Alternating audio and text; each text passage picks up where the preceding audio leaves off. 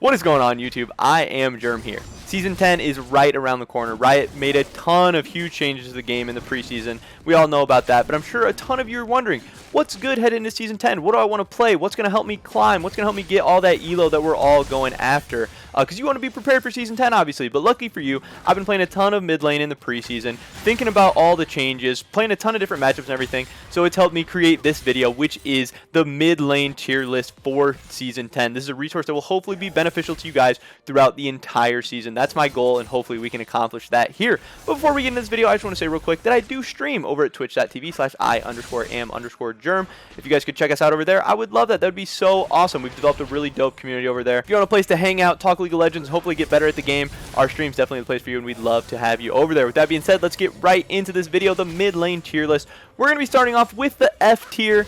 Or what I'm kind of calling the montage making tier. The tier that you really want to stay away from unless you are like a main of one of these champions or a one trick or something. These are champions you're really going to have to put more time into, and they're not going to be the most efficient uses of our time. Now again, if this is your main champion, someone you have hundreds of games on or something, then this section won't exactly apply to you. But for the most part, people who haven't played these champions, I'm going to recommend these aren't the guys you're going to want to pick up and play straight away. They're going to go up on the screen here. We're talking about Yasuo, Sylas, Aurelia, Zed, LeBlanc, Akali, Azir, Kiana, and Rise.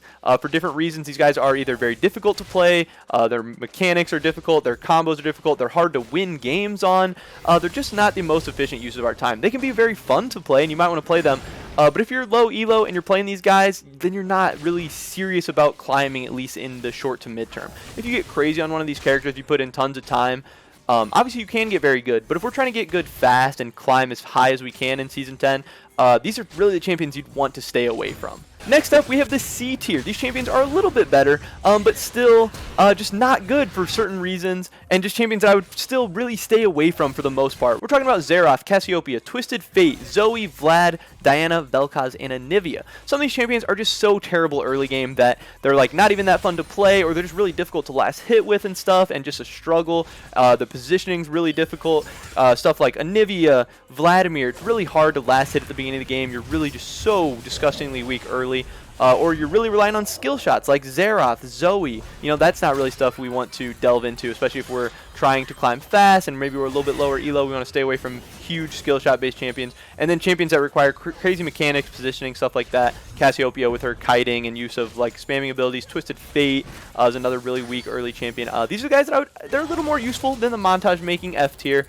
And you need less experience to do well on them, but they're still probably champions I would stay away from. Next up in the B tier, we have just a couple champions: Syndra, Victor, Ziggs, Lissandra, and Orianna. All these champions, they don't have the best early games, but they have a ton of wave clear, a ton of usefulness, and they scale into really decent mid to late game. Ziggs with his tower taking, so useful. Lissandra, CC, Orianna, Syndra, huge team fighting potential. Victor scales into an absolute monster, has zone control. A lot of good things here. Overall, these champions aren't the best. They're not exactly the flavor of the month right now. They're not the most overpowered champions. But if you pick these champions, I think you're starting to get into the area where, like, oh, you're doing okay for yourself. These champions aren't bad by any means. I wouldn't recommend them. They wouldn't be my first choice, but I don't think you're, like, in as bad of a spot as the champions lower in the rankings, obviously. Now, getting into the A tier, I think this is where it starts to kind of get into personal preference. I think some of these champions could do you really well throughout all of Season 10, and even picking them up and playing them right away. Talking about Veigar, Kassadin, Katarina, Morgana, Galio, and Nico. Veigar, Kassadin, they are in that degree where they're pretty weak early game, but they scale into monsters and they're so easy to play. Veigar, you're always going to be useful with your free stacks and then ulting on people, one-shotting them. He has great zone control with his E. He is susceptible to assassins early, so he's not in that S tier. So useful. Kassadin can turn to a 1v9 machine late. Galio and Nico, great team fighting ultimates, a ton of wave clear, and they both have a ton of CC too. That's so nice. Katarina, all you have to do, go bottom. You pick up free kills. Laners play so disrespectfully in low elo. She's definitely a stomper. Even though she's a little harder to play, she can 1v9, which is always a huge plus. And then Morgana, she's the freest lanes ever. You sit back, you have your E, you're impossible to get CC'd, you don't really die, you just put your W on the wave, you have infinite wave clear. I don't know, Morgana's really frustrating for me to play against, so she's one of the more controversial ones on this list for sure. But man, if you pick up some Morgana mid, play a ton of her, get good at her, she is very nice, very easy. And finally, getting into the S tier, these are the champions that if you are serious about climbing in Season 10, if you are a low elo player, or even like the medium elos, and you want to climb fast, these are champions that you can pick up right away, do really well on, and have an influence on a ton of games. Talking about Fizz, Anivia, Talon, Ahri, Lux, and Malzahar. These are all champions with very impactful ultimates. They're champions that can be very influential on the map, can always be useful in games, and are just overall pretty easy to play, which is great for solo queue, because the easier the champion is to play, the easier it is to kind of master them and get the absolute most out of them. Fizz, my favorite thing about him is his E. You don't even have to position well. You can get caught out in the most terrible spots ever, but if you have your E, you can almost always get away, and he just is very annoying to play against. There's a reason people hate him. There's a reason he always has a high ban rate. Annie, the one-shots are absolutely disgusting. She is one of the most annoying champions to play against. She can hold her stun forever. She can blow people up. She has AoE nukes. Farming as her is ridiculously easy. She's a great champion. Talon, so easy to play, has so much kill pressure in lane, has so much influence on the map. He's disgusting. He's easy to get in with, easy to get out with. Great champion.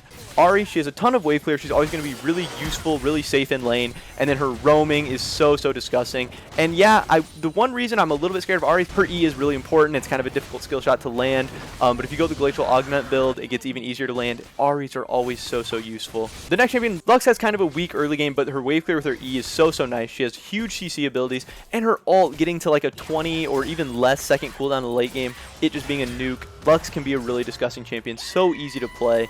Wave clear CC, a great ultimate. Really great things you want to see out of the mid lane. And the final pick is Malzahar. He has insane wave clear. He has a very impactful ultimate. Whoever the most fed person is on their team, you can always just ult them. Or you make the entire other team buy QSS, waste their gold, stuff like that. And he scales into a monster. Malzahar does insane damage late game. Once he finishes a couple items, starts putting the E on people. He has a silence, which can be very annoying to deal with. He's just a great champion. So those top 6, I would definitely rank in the S tier for mid lane. They're champions I hate to play against. They're champions that I play all the time. And you can get a ton of wins fast on them. But that's pretty much it for this video today, guys. Thank you so much for checking this one out. This was my mid lane tier list for Season 10. Drop a like if you enjoyed it. Definitely let me know your opinions in the comment section below. Do you think this was a good list? You think I'm wrong about any of these picks? You think I'm right about any of these picks? Spot on, any of that good stuff. Definitely check us out over at twitch.tv/IamJerm2. I would appreciate that so much. Subscribe to stay up to date on all of our latest videos. Achieve higher highs and new ranks that you've never had before in Season 10. Thank you so much, guys. Peace.